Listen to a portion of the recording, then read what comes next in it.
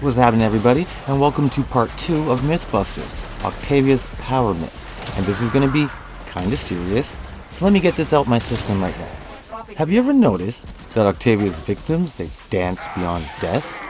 Like, till they completely cross over? I don't know why that makes me so happy.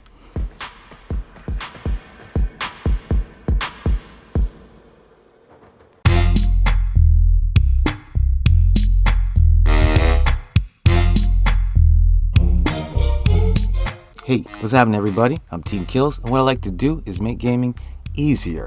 And recently, I was asked a few actually really good questions about Octavia, the Arcane Theorems, and the residual stacking effects. Now, it turned out to be a very, very long answer to write down. But simply put, it's actually super unique. Barely have an explanation for it, but I'm going to try. So, I'm going to assume that we all know how the theorem and residual arcanes work.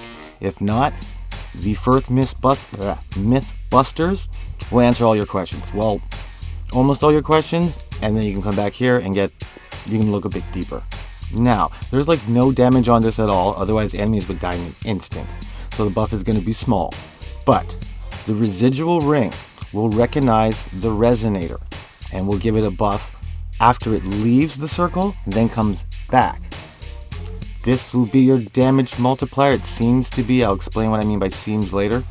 The residual circle will also recognize the resonator and the mallet when they're together. The system seems to think they're one thing, but if it's just the mallet out there, like you're doing a defense, it will not buff the mallet. Now, if the mallet and the resonator are combined before or after you create the circle, it's actually the mallet's rings that enter the circle. And they enter the circle per beat. Every time it beats, it's going to stack up to the max pretty quickly. Actually, way quicker than if you were just standing in there. If you're standing in the circle, you only have enough time for it to stack up to 11, unless you keep making more circles. Or maybe you roll back in and out really quick. I'm not even sure if that works. I've never tried it.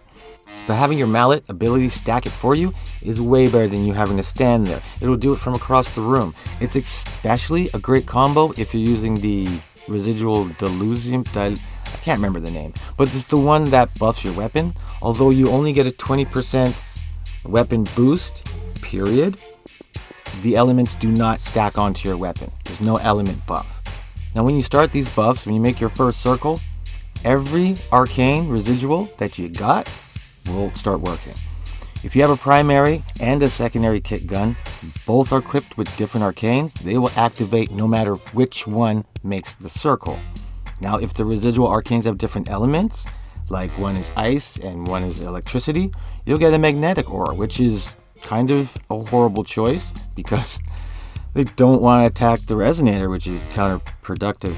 You could use fire or electricity to, have the whole radiation for an armor buff, but it seems to be hollow status, so you'll be wasting your time with toxin. They will only take the damage if they're in that circle. It will pass a ice aura around and technically will slow them down. I know it's happening, but you can't tell. They die way too quick. So you can use whatever elements you want depending on the situation. I would say electric, because the circle is so huge and guys will get shocked. I don't know why it's so much bigger than poison, but it just is. That's why I use that one. Now there are two very, very important things I have to mention first. There is no actual readout on this. I read everything I could find on Octavia, her resonator, the mallet, residual, and theorem arcanes, and there is nothing that talks about why this is happening the way it's happening, which means these results are from testing and visual confirmation. And humans happen to be the worst collectors of data since the history of data collection, and the fact that I said that phrase wrong proves my point. 2, when you start doing the math on this thing, and I'm not doing any more math on this thing, but when you start to do the math, first it looks like holy shit, but the reality is it's not an end game or the best build for Octavia.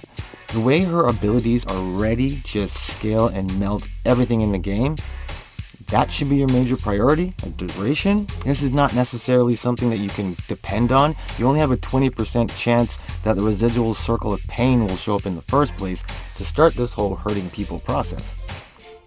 It's kind of hard to count on. It's really fun when it shows up though. Now, another short question that I was asked was about subsuming abilities, and yes, do it, do it, do it. You'll surprise yourself, you'll surprise us. Then tell us, write it down so that we all know. But I got an idea. Instead of, if you're not planning on using her for defense and sit there and pound the living daylights out of people, maybe you can get rid of her fourth ability. Save the Resonator, use that speed direction mod, and guide it into Eurali's blades. I don't know. There's a ton of different combinations. It's just trying to think out the box for a change. Ooh, one more thing. Your Resonator doesn't always want to roll over your residual ring. It gets stuck sometimes. Kind of like a imaginary speed bump, speed wall. Doesn't matter though. When you get far enough away, it will teleport to you, and it's doing work in the background. But if there's any more questions, just ask. I'll try and sort you out. Now on that note, I hope this helps. I hope you join the team of killers, become a killer of teams. Let me know what you're thinking in the comments. It's the only way we could talk. Make sure you keep it easy in life, and remember, just keep gaming.